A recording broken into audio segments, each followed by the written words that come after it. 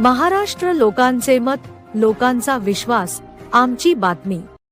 मिळालाच पाहिजे, रक्षाताईला न्याय मिळालाच पाहिजे, रक्षाताईला न्याय मिळालाच पाहिजे, आदिवासी मुलींना न्याय मिळालाच पाहिजे। या अत्याचार भाडव्या लोकांचं करायचं काय? खाली मुंडकं वर पाय, या भाडव्या लोकांचं करायचं काय? खाली मुंडकं वर पाय, या बलात्कारी करणाऱ्यांचं करायचं काय? खाली मुंडकं वर पाय। आदिवासी मुलींना न्याय द्या, न्याय द्या, न्याय द्या, आदिवासी मुलींना न्याय मिळालाच पाहिजे, मिळालाच पाहिजे, आदिवासी मुलींना न्याय मिळालाच पाहिजे, रक्षाताईला न्याय मिळालाच पाहिजे। या बलात्कारी करणाऱ्या हरामखोरांचं करायचं काय? खाली मुंडकं वर पाय, करायचं काय? खाली मुंडकं वर पाय। अरे न्याय द्या, न्याय द्या, न्याय द्या, न्याय द्या, आदिवासी मुलींना न्याय द्या, न्याय द्या, न्याय द्या, अरे न्याय द्या, न्याय द्या, न्याय द्या, न्याय द्या, आदिवासी मुलींना न्याय द्या, न्याय द्या, न्याय द्या।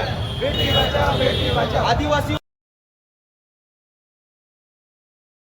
काय सांगाल, आज क्रांती चौकामध्ये भव्य मोठ्या प्रमाणात आंदोलन चालू आहे, काय मागण्या होत्या तुमच्या प्रमुख मागण्या? आज आमची मागणी अशी होती की सध्या महाराष्ट्राच्या बाहेर पूर्व भारतमध्ये आदिवासी मुलींवरती खूप अन्याय अत्याचार वाढलेला आहे। तो अन्याय अत्याचार बघता महाराष्ट्रातील सर्व आदिवासी समाज बांधव या ठिकाणी संतप्त व्यक्त करत होते, कारण आदिवासी मुलींचा विनयभंग केला जातोय, बलात्कार केला जातात, त्यांना विहिरीमध्ये फेकल्या जाते।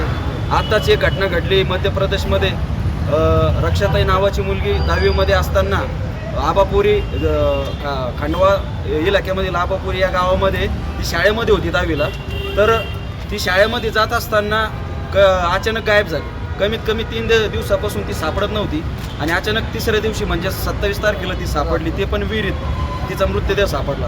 आणि मग या अशा गोष्टी जर घडत असतील तर मग आदिवासी समाज का शांत बसेल? आदिवासींच्या लेकी अत्याचार केला जातात, त्यांना बलात्कार करून मारल्या जातं। मग नेमकं आदिवासी आम्ही त्यांना जन्म फक्त ते बलात्कार करण्यासाठी मारून टाकण्यासाठीच देतो का? आमच्या आदिवासी लोकांचे स्वप्न नाहीत का आमच्या मुली पण चांगल्या शिकल्या पाहिजे, नोकरीला लागल्या पाहिजे? परंतु या ठिकाणी 100% आदिवासींना संपवण्याचा प्रयत्न चालू आहे, त्यांच्या मुलींना टार्गेट केलं जात आहे। का की मुलींना टार्गेट केलं तर आदिवासी या ठिकाणी घायल होणार आणि तो पुढं लढू शकणार नाही, असा प्रयत्न या मनुवादी सरकारचा चालू आहे, या लोकांचा चालू आहे। म्हणून या ठिकाणी आम्ही आदिवासी चक्रीवादळ बहुउद्देशीय सामाजिक संस्था संदीप गायकवाड, मी संस्थापक अध्यक्ष आहे, माझ्याबरोबर महाराष्ट्र सचिव सागर बैलम आहेत, महाराष्ट्र युवा अध्यक्ष सतीजी काळे, मयूर भाऊ आहेत, रवी बोरसे आहेत, असे भरपूर आमचे पदाधिकारी व समाजबांधव या ठिकाणी आम्ही बेटी बचाओ आंदोलन आमच्या आदिवासी मुलींना न्याय मिळवण्यासाठी व त्यांचे संरक्षण व विविध मागण्यासाठी या ठिकाणी आम्ही जिल्हाधिकारी कार्यालय या ठिकाणी निवेदन दिलेलं होतं। तुमच्या मागण्या पूर्ण नाही झाल्या तर तुमचं पुढचे पाऊल काय असणार आहे याच्यापुढे?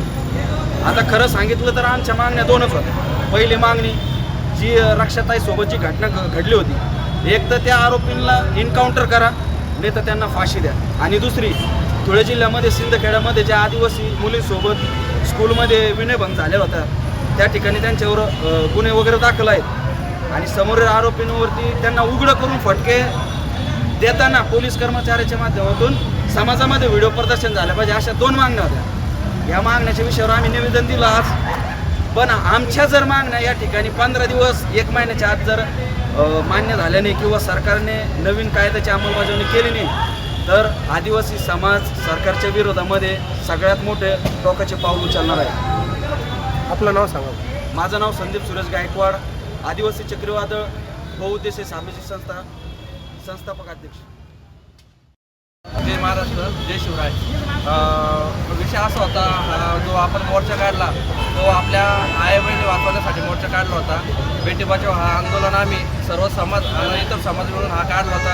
म्हणजे आपलं आदिवासी समाजच नाही, इतर समाजामध्ये पण हे भरपूर ठिकाणी चालू आहे का आई बहिणींना बलात्कार करून त्यांना मारण्यात येतं आहे भरपूर ठिकाणी।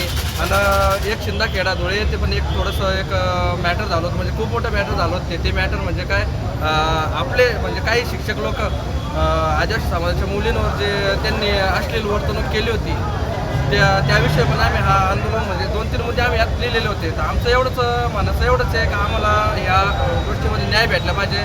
जर का आम्हाला न्याय मिळाला नाही तर मग आम्ही आमच्या पद्धतीने आम्हाला काय पाऊल उचलत एवढंच मला बोलत होतं। आजच्या आंदोलनामध्ये किती जण सहभागी होते?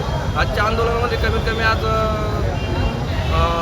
1000+ होते आजच्या आंदोलनामध्ये। आपलं नाव? माझं नाव सागर संजय बैलम.